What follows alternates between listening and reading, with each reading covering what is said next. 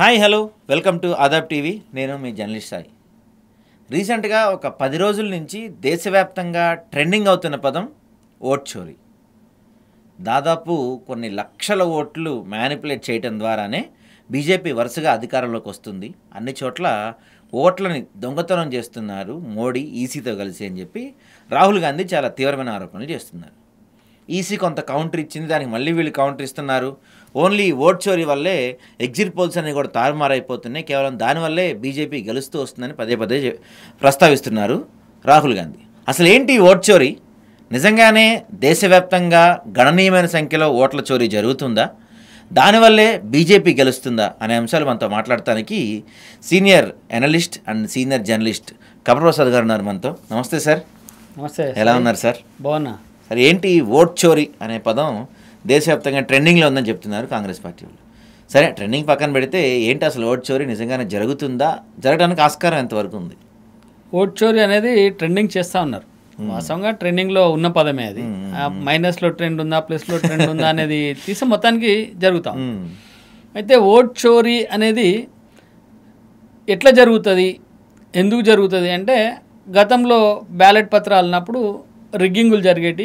రిగ్గింగుల సందర్భంగా మనకు తెలుసు బూత్ క్యాప్చరింగ్ ఎట్లా చేసింది గతంలో. ఈ రాష్ట్రంలో కాంగ్రెస్ పార్టీ తప్ప మినహా లేదు. అటు మనకు రాయలసీమలో బూత్ క్యాప్చరింగ్ ఎట్లా జరిగేది, ఓల్డ్ సిటీలో బూత్ క్యాప్చరింగ్ ఎట్లా జరిగేది అంతా చూసినాం. దాన్ని దొంగ ఓట్లు వేయడము ఓట్ చోరీ అంటారు. కానీ ఇప్పుడు రాహుల్ గాంధీ చెప్తున్న దానికి పూర్తిగా అర్థం లేనటువంటి మాట అది. ఎందుకు చెప్తున్నాడో, ఆయనకు ఎవరు ఎంకరేజ్ చేస్తుండో అర్థమవుతలేదు. కానీ చాలా పూర్తిగా అసంబద్ధమైనటువంటి, ఏమాత్రం లాజిక్ లేనటువంటి అంశం అది. ఓకే. కాబట్టి ట్రెండింగ్ చేస్తుంది. ఇప్పుడు బీజేపీకి వ్యతిరేకంగా ఏ అంశం వచ్చినా సోషల్ మీడియాలో, పత్రికల్లో ట్రెండ్ చేయడం అనేది చాలా అలవాటు అయిపోయింది. కానీ ఇంకో శాస్త్రీయత ప్రకారం ఇన్ని ఓట్లు ఇట్లా జరిగినాయి అనేది తేల్చాల. తెలిస్తే ఏం చెప్తున్నాడు, అక్కడ 1,00,000 ఓట్లు ఎక్కువ వచ్చినాయి, ఇక్కడ 2 లక్షల ఓట్లు ఎక్కువ వచ్చినాయి, అక్కడ 3 లక్షల ఓట్లు ఎక్కువ వచ్చినాయి అని చెప్తున్నారు. మేబీ రావచ్చు, రాలేదు అనడానికి కూడా లేదు, రావచ్చు. కానీ ఆ ఓట్లని పోలైనాయా? పోలైతే నీ పోలింగ్ ఏజెంట్ ఏం చేస్తుండు? పోలైనా ఒకవేళ పోలితే బీజేపీకి పోలేనని గ్యారెంటీ ఏంది? ఇవన్నీ ఇప్పుడు ఓట్లు గుద్దుకున్నారు అంటే అది వేరు. ఓటర్ల సంఖ్య ఎక్కువ ఉన్నది, ఆ ఓట్లని బీజేపీకి పడ్డాయి అని చెప్తే ఎట్లా అది కరెక్ట్ అవుతుంది? మరి ఎందుకు దీని గురించి బీజేపీ పై స్థాయి నాయకులు కానీ ఈసీ కానీ ఏదైతే రాహుల్ గాంధీ ఒక పవర్ పాయింట్ ప్రజెంటేషన్ ఇచ్చాడో 5 పాయింట్ల గురించి డిస్కస్ చేశాడు, సో అంత డీప్గా ఎవరు తిరిగి ఎందుకు సమాధానం చెప్పలేదు? ఇప్పుడు బట్టగాల్చి మీదేసి దాన్ని కడుక్కో, బురద జల్లి కడుక్కో అనే రకంగా రాహుల్ గాంధీ పరిస్థితి ఉన్నది. ఓకే. ఆయన ఏదో నిన్న సేమ్ కర్ణాటకకు సంబంధించిన ఇంకో అంశం కూడా ఇవ్వాలని వచ్చింది, ధర్మస్థలకు సంబంధించి. ఏదో అక్కడ కొన్ని వందల మందిని పాతి పెట్టినరు, పుర్రెలు ఉన్నాయని చెప్పి ఎవడో చెప్పిండని చెప్పి దాని మీద ట్రెండింగ్ చేశారు. మొత్తం ధర్మస్థలనా అది, లేకపోతే శ్మశానమా, పోయిన యువతులందరూ ఖతమైపోయినారని చెప్పి చెప్పిండ్రు. డీకే శివకుమార్ గారు చల్లగా చెప్పిండ్రు, అది కరెక్ట్ కాదు, తప్పు, వాస్తవమైనటువంటి మాట కాదని చెప్పి చెప్పింది. అప్పుడు కూడా ఒకటి దగ్గర పుర్రెలు వెళ్ళిందంటే, ఒక దగ్గర 60 శవాలు వెళ్ళినాయంటే, ఒక దగ్గర 90 శవాలు వెళ్ళినాయంటే, ఇట్లాంటి మాట్లాడారు. అది కాదు అని తేలింది. సేమ్ ఓటుది కూడా అంతే. ఇది ఓట్ల ధర్మస్థలు. రాహుల్ గాంధీ చెప్పేది కూడా అంతే. తవి తీస్తే ఏముండదు ఆడ మళ్ళా.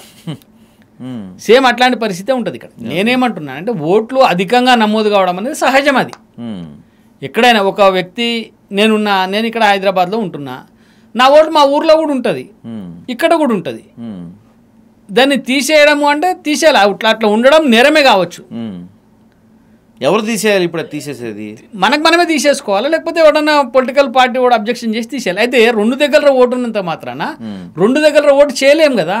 ఏమో చేయొచ్చు కదా సార్. ఇప్పుడు మీరు సపోజ్ మీరు అన్నట్టే, మీరు ఇక్కడ ఉన్నారు, ఉదయం 9 గంటలకి పోలింగ్ బూత్కి ఇక్కడ ఓటేసారు. సో మా చేతికి అది సిరా చెరిపేసుకొని మధ్యాహ్నం నువ్వు చేతికి సిరా చెరిపేసుకోవడం అంత ఈజీ కాదు కదా. ఆ చేతికి సిరా చెరిపేసుకోవడం అంత ఈజీ కాదు, ఒకటి. రెండోది నేనేం చెప్తున్నా అంటే, అట్లా 1 ఓటు 2 ఓట్లు 100 ఓట్లు అయితే, లక్షల ఓట్లు కావు కదా. లక్షల మంది హైదరాబాద్లో ఉన్న వాళ్ళందరూ ఇప్పుడు మా ఊరోళ్ళు ఉన్నారు. ఇక్కడ నీకు మల్కాజ్గిరిలా అటు పోతే దాదాపు ఒక 400-500 మంది ఇక్కడ ఉంటారు. గ్రామ పంచాయతీ ఎలక్షన్లలో పోయి అక్కడ ఓటేసేస్తారు. పార్లమెంట్ ఎలక్షన్లకు, అసెంబ్లీకి ఇక్కడనే వేసుకుంటారు. వాళ్ళు ఇష్టం ఉంటే అట్టేది, లేకపోతే ఇన్నే వేసుకుంటారు. వాళ్ళకి ఇక్కడ ఉంటుంది ఓటు, అక్కడ ఉంటుంది. అట్లా మాత్రం అవి దొంగ ఓట్లు అయితాయా? కానీ ఈసీ చెప్పింది 2 చోట్ల ఓటు ఉండడం నేరం అని నేను కూడా అంటున్నా కదా. 2 చోట్ల ఓటు ఉండడం అనేది నేరము నేను కూడా అంటున్నా, కాదని ఎవరు అన్నట్లే. ఆ నేరాన్ని అరికట్టాల్సింది ఎవరు? నీకు 2 చోట్ల ఓటు ఉందని ఎట్లా తెలవాలి? ఆధార్ కార్డుకు లింక్ చేద్దామంటే వద్దని ప్రతిపక్షాలే అభ్యంతరం పెడతాయి. ఇప్పుడు అదే బీహార్లోనేమో ఓటర్ లిస్ట్ను సరిచేద్దాము, ఈ ఎక్కువ ఉన్నాయనేది తీసేద్దామంటే అక్కడ సరైన అభ్యంతరం ఏం చేస్తారు, ఓట్లన్నీ తీసేస్తున్నారు అక్కడ అని చెప్పి అక్కడ గొడవ చేస్తారు. ఇక్కడ నేను ఎక్కువనే గొడవ చేస్తారు, అక్కడేమో తీసేస్తున్నాను గొడవ చేస్తారు. ఏంది ఇది?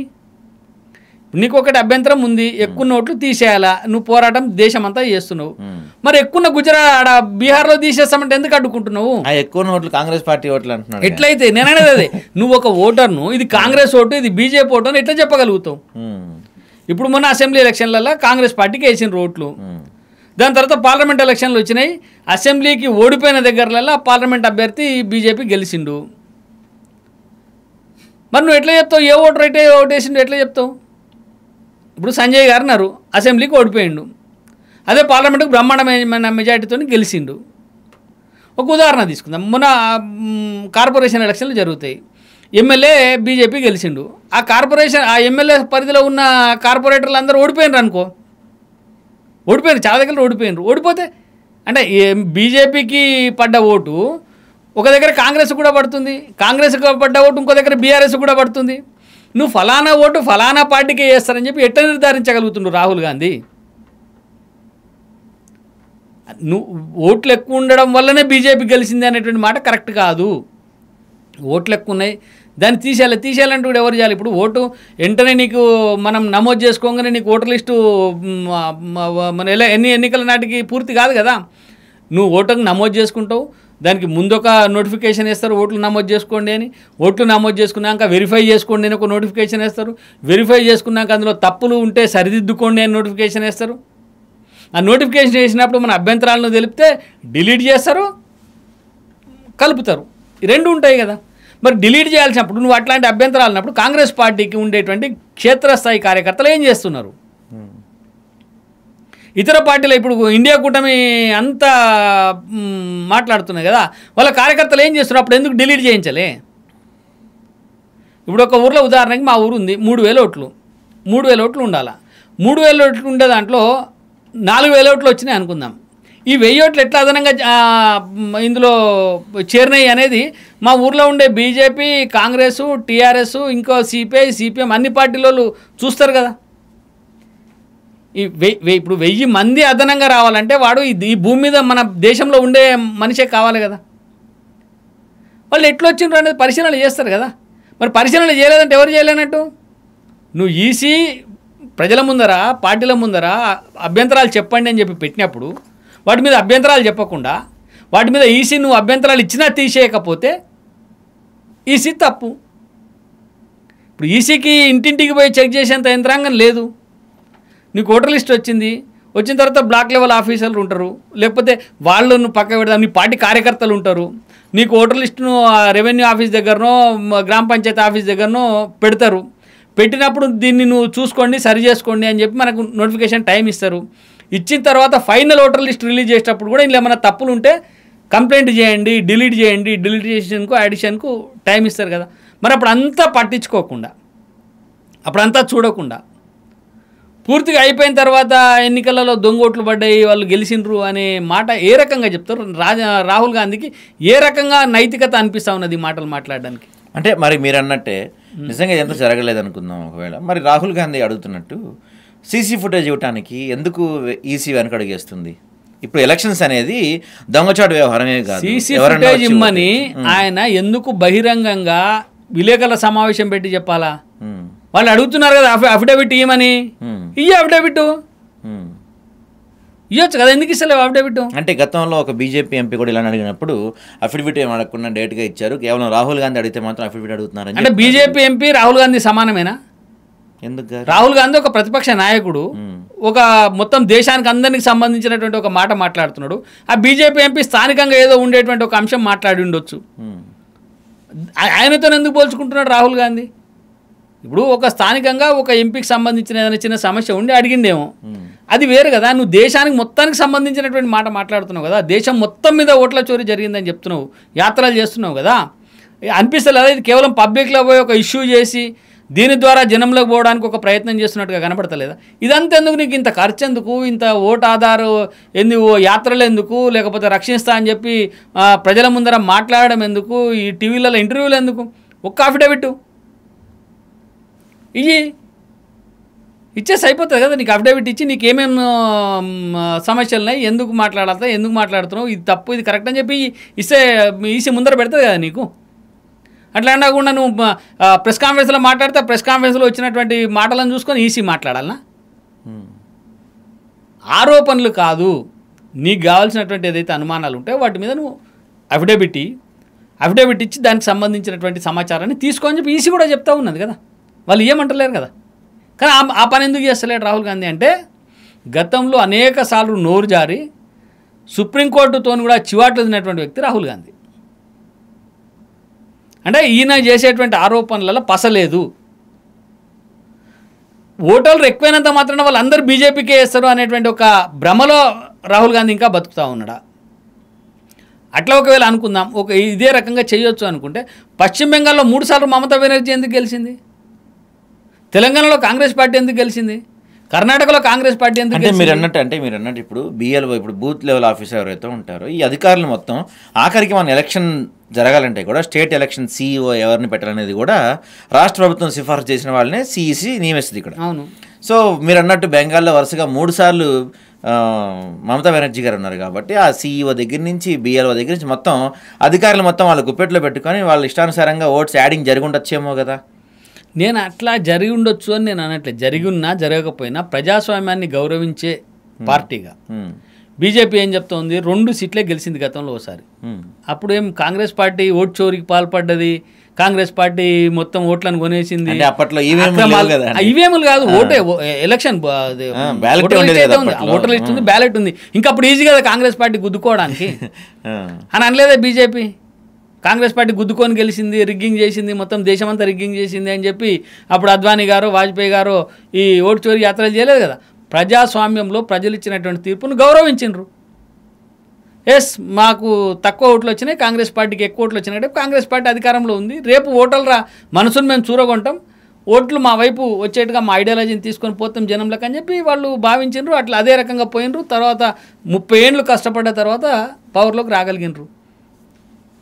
కానీ నువ్వేమో 50 ఏళ్ళు అధికారంలో ఉండి 50 ఏళ్ళు ఈ దేశాన్ని ఏకఛత్రాధిపత్యంగా పాలించి గత 10 సంవత్సరాలు 10-12 సంవత్సరాల నుంచి అధికారం కోల్పోగానే ఇదంతా ఓట్ల చోరీ వల్ల అది కోల్పోతున్నామని చెప్పో, లేకపోతే ఈవీఎంల వల్ల కోల్పోతున్నామని చెప్పో ఎట్లా ఆరోపణలు చేయడం అంటే ఇది ఎట్లా కరెక్ట్ అవుతుంది రాహుల్ గాంధీకి? నీ పార్టీ క్షీణదశ ఎక్కడి నుంచి మొదలైంది, ఎందుకని క్షీణిస్తూ ఉన్నది, ఎక్కడెక్కడ నీ పార్టీ నాయకులు విడిచిపెట్టి వెళ్ళిపోతూ ఉన్నారు, వాటికి గల కారణాలు ఏంటి, ఇవన్నీ ఆలోచన చేసుకోవాలి కదా. ఇప్పుడు మీరు చూడండి, బీజేపీ వచ్చేంతకాలం మా అయితే 11 ఏళ్ళు 12 ఏళ్ళు. ఈ 12 ఏళ్ళకు ముందు ఎవరున్నారు అధికారంలో? కాంగ్రెస్ పార్టీ ఉంది కదా. 99 నుంచి కాంగ్రెస్ పార్టీ 2004 అంతకుముందు కూడా కాంగ్రెస్ పార్టీ కదా. మధ్యలో ఒకసారి వాజ్పేయి గారు, అంతకుముందు జనతా పార్టీ ప్రభుత్వము కొద్దిగా ఒడిదొడుకులు తప్పితే మిగతా దేశంలో పాలించిందంతా కాంగ్రెస్ పార్టీ కదా దాదాపుగా. మరి ఈ దాదాపుగా కాంగ్రెస్ పార్టీ పాలించినప్పుడు కాంగ్రెస్ పార్టీ అంతా ఓట్లను కొల్లగొట్టి రిగ్గింగ్ చేసుకొని ఈవీఎంలను మ్యానిపులేట్ చేసి అధికారంలోకి వచ్చిందా? ప్రజల మనసును చూరగొని అధికారంలోకి వచ్చిందా?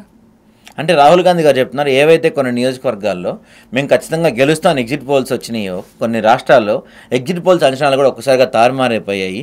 సాయంత్రం 6 తర్వాత 7 తర్వాత ఒక్కసారిగా లక్షల సంఖ్యలో పోలింగ్ నమోదవడం జరిగింది.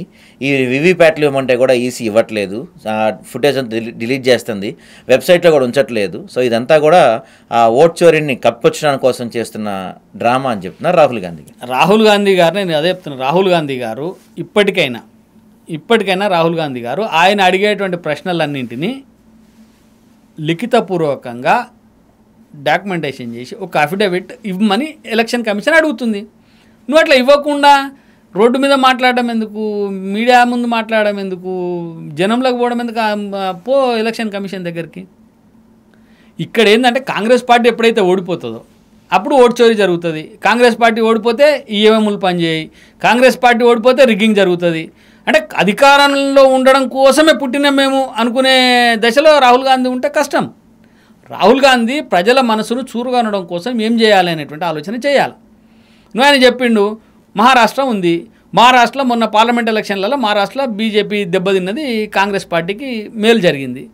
మరి అదే అసెంబ్లీ ఎలక్షన్లో వచ్చేవరకల్లా కాంగ్రెస్ దెబ్బతిన్నది, బీజేపీకి మేలు జరిగింది. అంటే అసెంబ్లీ ఎన్నికలలోనేమో ఓటు చోరీ జరిగింది, పార్లమెంట్ ఎన్నికలలో జరగలేదా?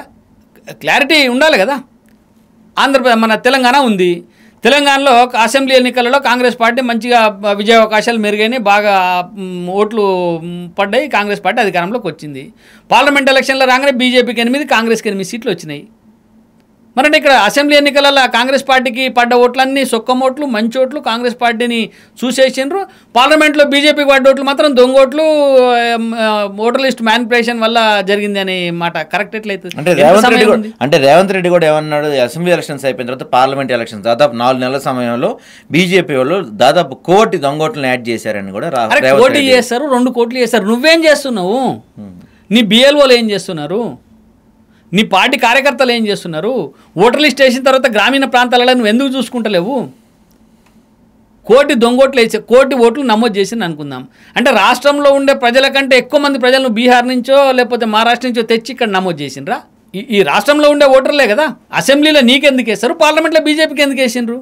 అంటే అసెంబ్లీలో కాంగ్రెస్ పార్టీ బీఆర్ఎస్కి వ్యతిరేకంగా కాంగ్రెస్ పార్టీని ప్రజలు ఆదరించిండ్రు. దేశంలో నీ రాహుల్ గాంధీ నాయకత్వం మీద నమ్మకం లేదు కాబట్టి, రాహుల్ గాంధీ అనేటువంటి ఒక బఫూన్ లాగా ఉన్నాడు కాబట్టి, ఈ దేశం గురించి రాజ్యం గురించి ఏం మాట్లాడతలేడు కాబట్టి, సరైనటువంటి రాజకీయం చేస్తలేడు కాబట్టి ఈ చెత్త పార్టీని వద్దు అని చెప్పి వ్యతిరేకంగా ఇలా కాంగ్రెస్ పార్టీని వ్యతిరేకంగా బీజేపీ ఓట్లేసిండ్రు. ఆ విషయాన్ని అర్థం చేసుకోకుండా, తన వైఫల్యాన్ని అర్థం చేసుకోకుండా, తను పోతున్నటువంటి బాట సరైనది అది అర్థం చేసుకోకుండా ఓటర్ లిస్టును తప్పుపడితే ఎట్లా? నిన్నటిదాకా ఏమన్నారు, ఈవీఎం మ్యానిపులేటింగ్ జరిగింది, ఈవీఎం వల్లనే బీజేపీ గెలుస్తుంది అన్నారు. ఇలా ఈవీఎం కాదు, ఈవీఎం కరెక్టే, ఈవీఎం బాగానే ఉన్నది అని చెప్పి అనుకున్న తర్వాత, దాన్ని హ్యాక్ చేయలేమని చెప్పి తేలిన తర్వాత ఓటర్ లిస్ట్ మీద పడరు, దొంగ ఓట్లు వేస్తున్నారు అని చెప్పి. ఇది నేను అనేది ఎట్లా కరెక్ట్? రాహుల్ గాంధీ అనేటోడు లేదా కాంగ్రెస్ పార్టీ తనకు తనుగా ఒక ఆలోచనకు రావాలి. మన విధానాలలో ఏమైనా తప్పులు ఉన్నాయా, మనం ఏమైనా పొరపాట్లు చేస్తున్నామా, ప్రజల మనసును ఎందుకు చూరగనొట్టలేదు అనేది నిర్ధారణకు రావాలి కదా. సరే, మీరు అనుకున్నట్టు అసెంబ్లీకి 1 ఓటర్ లిస్ట్ ఉంటుంది, పార్లమెంట్కి 1 ఓటర్, కానీ ఓటర్లు వాళ్ళే కదా. అసెంబ్లీకి పార్లమెంటుకు ఓటర్ లిస్టు వేరైనప్పటికీ కొంత ఎదుగుదల కొంత తగ్గుదల ఉన్నప్పటికీ ఓటర్లు అయితే వాళ్ళే కదా. ఈ రాష్ట్రంలో ఉన్న ఓటర్లే కదా, పక్క రాష్ట్రం నుంచి వచ్చి ఇక్కడ ఓట్లు వేయలే కదా. మరి వాళ్ళ మీద నువ్వు భరోసా లేకపోతే, అవును కాంగ్రెస్ పార్టీకి అసెంబ్లీలో వేసిండ్రు, పార్లమెంటుకు బీజేపీకి వేసిండ్రు ఓటర్లు అనేటువంటి ఒక ఖచ్చితమైనటువంటి అభిప్రాయాన్ని, నమ్మకాన్ని, నిజాన్ని నువ్వు గుర్తించలేకపోతే రేవంత్ రెడ్డి, బీజేపీ దొంగోట్లతో గెలిచిందని మాట్లాడితే ఎట్లా? నువ్వు ఎట్లా గెలిచినావు? సరే, అంటే మీరు చెప్పినట్టు ఒకవేళ నిజంగా ఇదంతా అయితే కనుక మరి ఎందుకు ఏకంగా విపక్షాలు అంటే ఇండియా కూటమి ఏదైతే ఉందో 300 మంది ఎంపీలు అందరూ కలిసి దాదాపుగా చరిత్రలో ఎప్పుడు జరిగినట్టుగా సిఈసిపై అభిశంసన తీర్మానం అంటే అవిశ్వాస తీర్మానం పెట్టబోతున్నారు. అంటే మరి ఒకవేళ రాహుల్ గాంధీ చెప్పే విషయమే తప్పు అనుకుందాం. సో ఆయన చెప్తుంది మీరు అన్నట్టు తప్పుడు లెక్కలు అంటే మన దేశంలో ఉన్న రాజకీయ పార్టీలు ఒక బీజేపీ తప్ప ఇండియా కూటమిలో ఉన్న రాజకీయ పార్టీలు మొత్తం దానికి ఎందుకు అంత పడతాయి? ఇండియా కూటమిలో ఉండే రాజకీయ పార్టీలు సిద్ధాంతపరంగా సూత్రంతో ఉన్నటువంటి పార్టీలు కాదు. ఇండియా కూటమిలో ఉండే రాజకీయ పార్టీలలో కేరళకు వస్తే కాంగ్రెస్ మీద కమ్యూనిస్టులు పోటీ చేస్తారు, కానీ జాతీయ స్థాయిలో కలిసి ఉంటారు. మీరు ఎక్కడన్నా చూడండి, మీరు పశ్చిమ బెంగాల్లో టీఎంసీ మీద కాంగ్రెస్ పోటీ చేస్తుంది, కానీ ఇండియా కూటమిలో కలిసి ఉంటారు. తర్వాత పంజాబ్లో టీఎంసీ మీద మన అకాలీదళ్ మీద కాంగ్రెస్ పోటీ చేస్తుంది, కానీ మళ్ళీ ఇండియా కూటమిలో కలిసి ఉంటారు. ఢిల్లీలో అంటే మొన్న విడిపోయినారు, ఢిల్లీలో ఆప్ మీద కాంగ్రెస్ పోటీ చేస్తుంది, కానీ టీఎంసీ మన ఇండియా కూటమికి వచ్చేసరికి మొన్నటి ఎలక్షన్లో కలిసే ఉన్నారు. ఈ రకంగా చూడండి, ఇండియా కూటమిలో ఉన్న ఏ పార్టీ కూడా ఆయా రాష్ట్రాలలో ఆయా పార్టీల మధ్యన కొట్లాటలు ఉంటాయి, కానీ బీజేపీ వ్యతిరేకత అంశం వచ్చేసరికి అన్ని పార్టీలు ఒకటవుతున్నాయి. ఎందుకు అవుతున్నాయి అంటే బీజేపీని ఓడగొట్టడం సాధ్యం కాదు, మనం అందరం కలవకపోతే ఇది సాధ్యం కాదు. ప్రజలకు ఏదైనా ఒక అబద్ధాన్ని ప్రచారం చేసైనా బీజేపీ తన సిద్ధాంతం ద్వారానో ప్రజలకు మేలు చేయడం ద్వారానో ప్రజల మెప్పు పొందడం ద్వారానో గెలుస్తుంది అనేటువంటి అంశాన్ని పక్కకు పెట్టి కేవలం ఏదో ఒక రకమైనటువంటి గోబెల్స్ ప్రచారం చేసి బీజేపీ మీద తప్పుడు విధానాలని ప్రచారం చేసి చేయడం వల్ల ఏమైనా లబ్ధి చేకూరుతుందేమో అనేటువంటి ఒక భావనతోటి సముద్రంలో కొట్టుకుపోయేటోడికి ఏదో గడ్డిపోచ దొరికినా కూడా ఇదేదో మనకు ఉపయోగపడుతుంది అన్నట్లా ఏదో చెప్తారు కదా, అట్లా ఆ రకంగా వీళ్ళు చేస్తున్నటువంటి ప్రయత్నం ఉన్నది తప్ప ఈ పార్టీల వల్ల ఏం కాదు. ఎందుకంటే ఒకటే మాట, పంజాబ్ ఉంది, పంజాబ్లో ఆప్ గెలిచింది, బీజేపీ చాలా ఘోరంగా ఓడిపోయింది కదా అక్కడ. 3వ స్థానం కంటే కూడా తక్కువ ఓట్లు వచ్చినాయి. మనం ఎందుకు, మన రాష్ట్రంలో ఖమ్మం ఉంది, ఖమ్మంలో బీజేపీకి ఉనికే లేదు కదా. నల్గొండ ఉంది, నల్గొండలో కూడా చాలా తీవ్రంగా అంటే అతి తక్కువ ఓట్లు పొందింది కదా బీజేపీ, ఇది పార్లమెంట్ ఎన్నికల్లో కూడా. అంటే అర్థమైంది. మరి నిజంగానే ఓటు చోరీ జరిగితే నల్లగొండలో, ఖమ్మంలో అంతటా ఓట్లు రాయించుకుంటారు కదా. మరి అక్కడ పడని ఓటు సికింద్రాబాద్లో, కరీంనగర్లో, నిజామాబాద్లో ఎందుకు పడ్డది? ఈ ఏరియాలలో బీజేపీకి బలం ఎక్కువ ఉన్నది, ఆ ఏరియాలో బీజేపీకి బలం తక్కువ ఉన్నది. ఈ ఏరియాలలో బీజేపీ వర్సెస్ కాంగ్రెస్ కనబడ్డది, ఇంకో ఏరియాలో బీజేపీ వర్సెస్ బీఆర్ఎస్ కనబడవచ్చు, ఇంకో ఏరియాలో బీజేపీ వర్సెస్ మన కాంగ్రెస్ వర్సెస్ బీఆర్ఎస్ కనబడవచ్చు. ఎక్కడైనా జరిగేటువంటి వీటన్నింటిని పరిగణలోకి తీసుకోకుండా కేవలం ఓట్ చోర్ అనేటువంటి ఒక మాటను తీసుకొని కేవలం బీహార్ ఎన్నికల కోసం కాంగ్రెస్ పార్టీ చేస్తున్నటువంటి ఒక కుతంత్రం ఇది. ఎందుకంటే బీహార్లో ఓడిపోతే ఓట్లు తీసేసిండ్రు కాబట్టి ఓడిపోయినాం, గెలిస్తే వాళ్ళు ఓట్లు నమోదు చేసుకున్నారు కాబట్టి గెలిచిండ్రు. ఈ రకంగా అంటే ఏదైనా ఒకటి చెప్పడం కోసం చేసేటువంటి ప్రయత్నం తప్ప ఇంకోటి కాదు. ఇప్పుడు అంతటా ఓట్లు తీసేస్తున్నావు. సరే ఇంతెందుకు, నువ్వు ఒక డిమాండ్ ఒక అఫిడవిట్ పెట్టి దేశం మొత్తం మీద ఉండబడేటువంటి ఓటర్ లిస్టు గ్రామీణ ప్రాంతం నుంచి జాతీయ స్థాయి దాకా ఒక సర్వే పెట్టుకొని కాంగ్రెస్ పార్టీ కార్యకర్తలు ఉన్నారు కదా. ఇప్పుడు ప్రతి బూత్ ఉంటుంది, ప్రతి బూత్లో మహా అయితే 900 నుంచి 1200 ఓట్ల లోపలనే ఉంటాయి, లేదు కొన్ని దగ్గరలో 300-500 కూడా ఉంటాయి. కాంగ్రెస్ పార్టీ కార్యకర్తలు ఉన్నారు కదా, నీ బూత్లో ఎన్ని ఓట్లు ఊరోళ్ళు అయినాయి, ఎన్ని ఓట్లు పక్క వాళ్ళు అయినాయి, చచ్చిపోయిన వాళ్ళు ఎన్ని ఉన్నాయి, బతికిన వాళ్ళు అయినాయి, ఎందరు వేసారు ఎందరు వేయాలి లెక్క తీసుకో. అట్లా తీసుకోకుండా కేవలం ఊరికేదో గాలి ప్రచారాలు చేసి గాలి మాటలు మాట్లాడి గాలిలో గెలుద్దాం అనుకునేటువంటి పార్టీ కాంగ్రెస్ పార్టీ. బీజేపీ అట్లా కాదు. బీజేపీ ఎందుకంటే నేను నిక్కచ్చిగా బీజేపీ ఏం చేస్తుంది, ప్రతి 25 మంది ఓటర్లకు, దాన్ని పన్నా ప్రముఖ అంటారు, ఒక ఓటర్ లిస్టులో ఒక ఓటర్ లిస్ట్ తీసుకుంటే అందులో ఉండబడేటువంటి పేపర్లన్నింటినీ విడదీసి ఒక పేపర్లో 25 ఓట్లు ఉంటాయి 25, 30 ఓట్లు ఉంటాయి 30 ఓట్లు, ఆ వాళ్ళకు ఒక ప్రముఖుని పెడుతుంది. వాడు పార్టీ కార్యకర్త ఆ గ్రామంలో ఉండేటోడు కావచ్చు, లేకపోతే పక్కన గ్రామంలో ఎక్కువ మంది కార్యకర్తలు ఉంటూ ఒక కార్యకర్త చూసేవచ్చు, వాళ్ళని పెట్టి ఈ ఉన్నటువంటి ఓట్లన్నీ వీళ్ళు ఉన్నారా లేరా, ఉంటే ఈ ఊర్లో ఉన్నారా పక్క ఊర్లో ఉన్నారా, ఉంటే ఏ పార్టీకి సంబంధించిన వాళ్ళు, మనకు ఓటు రావాలంటే వాళ్ళని ఎట్లా మనం అప్రోచ్ కావాలి, ఏ రకంగా వాళ్ళతో మాట్లాడాలి అని చెప్పి ఒక విధానమైనటువంటి అంశాన్ని తీసుకొని గ్రామీణ స్థాయిలో కూడా వెళ్తూ ఉన్నారు. పార్టీ కార్యకర్తలు లేని ప్రాంతంలో కూడా ఓటర్ లిస్టును పోయి తీసుకొని ఒక సర్వే చేసుకొని వీళ్ళందరి ద్వారా ఓటర్లను అప్రోచ్ అయ్యేటువంటి కార్యక్రమాన్ని బీజేపీ చేస్తున్నది. అట్లానే బీఆర్ఎస్ కూడా చేసింది మధ్యన, సేమ్ అదే ప్రక్రియను బీఆర్ఎస్ కూడా చేసింది.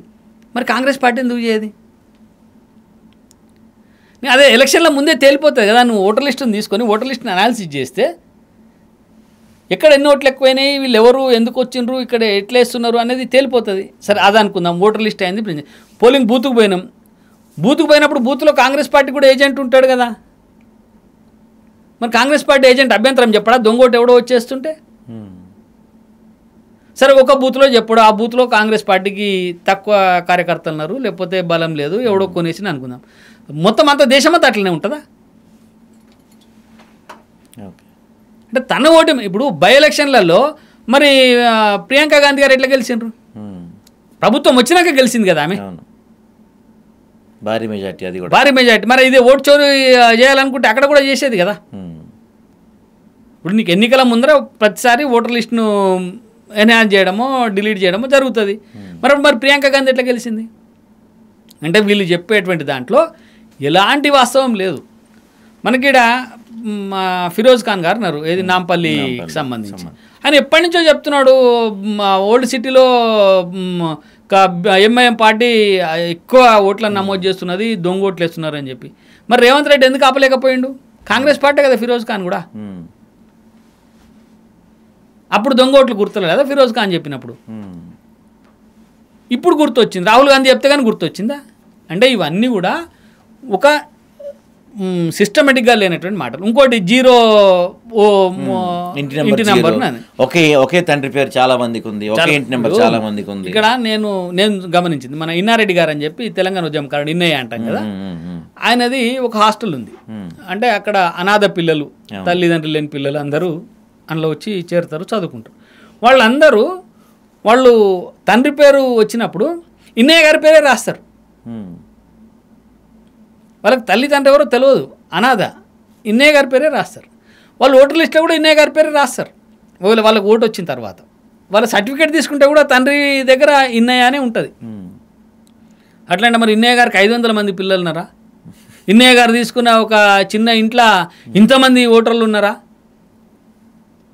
అది స్పష్టంగా చెప్తున్నారు. అక్కడ పోతే కూడా వాళ్ళకి తెలిసింది ఇది ఫలానా ఆశ్రమం, ఈ ఆశ్రమంలో ఉండబడే వాళ్ళు అందరి రాసినని అర్థమైపోయింది కదా.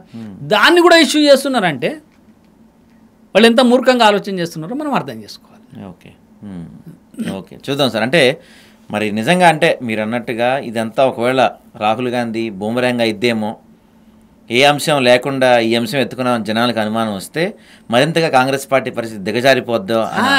ఇప్పుడు ఒకటే ఆయన డిమాండ్ చేయాల్సింది, బీహార్లో చేస్తున్నట్టుగా దేశమంతటా కూడా ఓటర్ లిస్టులలో ఎక్కువనే తక్కువనే చూసి తొలగించండి అని చెప్పి డిమాండ్ చేయమని. బీహార్లోనేమో తొలగించొద్దంటావు తీసేస్తుంటే, దేశమంతనేమో ఎక్కువ ఉన్నాయంటావు. ఇప్పుడు బీహార్లో చేస్తుంది అదే కదా, సరిపెట్టి ప్రతి ఊర్లో ఎంతమంది ఓటర్లు ఉన్నారు, ఎంతమందిని తీసేయాలి, ఎంతమందిని కలపాలనేది చేస్తున్నారు కదా. మరి అక్కడ తీసేస్తున్నారని గగ్గోలు పెడతావు, మిగతా దగ్గరనేమో ఎక్కువ ఉన్నారని గగ్గోలు పెడతావు. అంటే అక్కడ ఎవరు ఎక్కువ చేయించినట్టు? మరి బీహార్లో ఎక్కువ ఉన్నాయి తొలగిస్తుంది కదా బీజేపీ, మరి అక్కడ ఎవరు ఎక్కువ చేయించినట్టు? అక్కడ ఓట్లనేమో ఎక్కువైంది అట్లా. ఒకవేళ బీజేపీ చేసింది అనుకున్నా, మరి తొలగిస్తే మంచిదే కదా, నీ డిమాండ్ అదే కదా. బీహార్లోనేమో వద్దు, దేశమంతా కావాలి అంటే ఏం లేదు. రాహుల్ గాంధీ ఒక స్పష్టమైనటువంటి అవగాహనతో లేడు. బీహార్లో ఇష్యూని తీసుకొని తొలగిస్తున్నారు అని జనాల్లోకి పోతాడు, బయటనేమో ఎక్కువ చేస్తున్నారు అని చెప్పి జనాల్లోకి పోతాడు. ఏంది నీ పిచ్చితనం ఏంది అనేది అర్థం కాదు ప్రజలకు. ఒకటే ఏంటంటే ఎప్పుడైనా ఓటరు జాబితా విషయం వచ్చినప్పుడు ప్రతి సందర్భంలో కాంగ్రెస్ పార్టీ ప్రతిపక్షాలు అడ్డం పడుతున్నాయి. ఓటర్కు ఆధార్ అనుసంధానం చేయాలి అన్నప్పుడు అవసరం లేదని చెప్పి వీళ్ళే కోర్టుకు పోయినరు. ఓటర్కు ఆధార్ అనుసంధానం అవసరం లేదు అని చెప్పి, ఓటర్కు ఏదైనా ఐడి కార్డు ఉండాలా స్పష్టంగా, ఓటు వేసేటప్పుడు కార్డు చూపించాలంటే అవసరం లేదు, ఓటర్ని ఇబ్బంది పెట్టొద్దు అని చెప్పి వీళ్ళే అబ్జెక్షన్ చెప్పినారు.